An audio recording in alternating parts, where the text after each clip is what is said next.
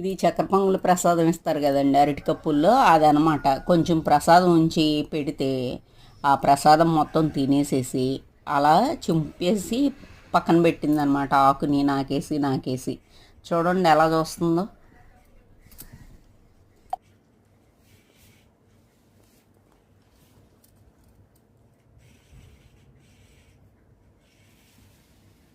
నాకు బలైన పొరమాట దొరికిందిరా.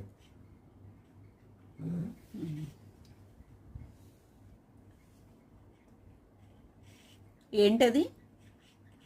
ఆ చెత్త ఏంటి? ఎందుకు చింపావట? ఎందుకు చింపావు? ఊడు, ఊడుస్తావా?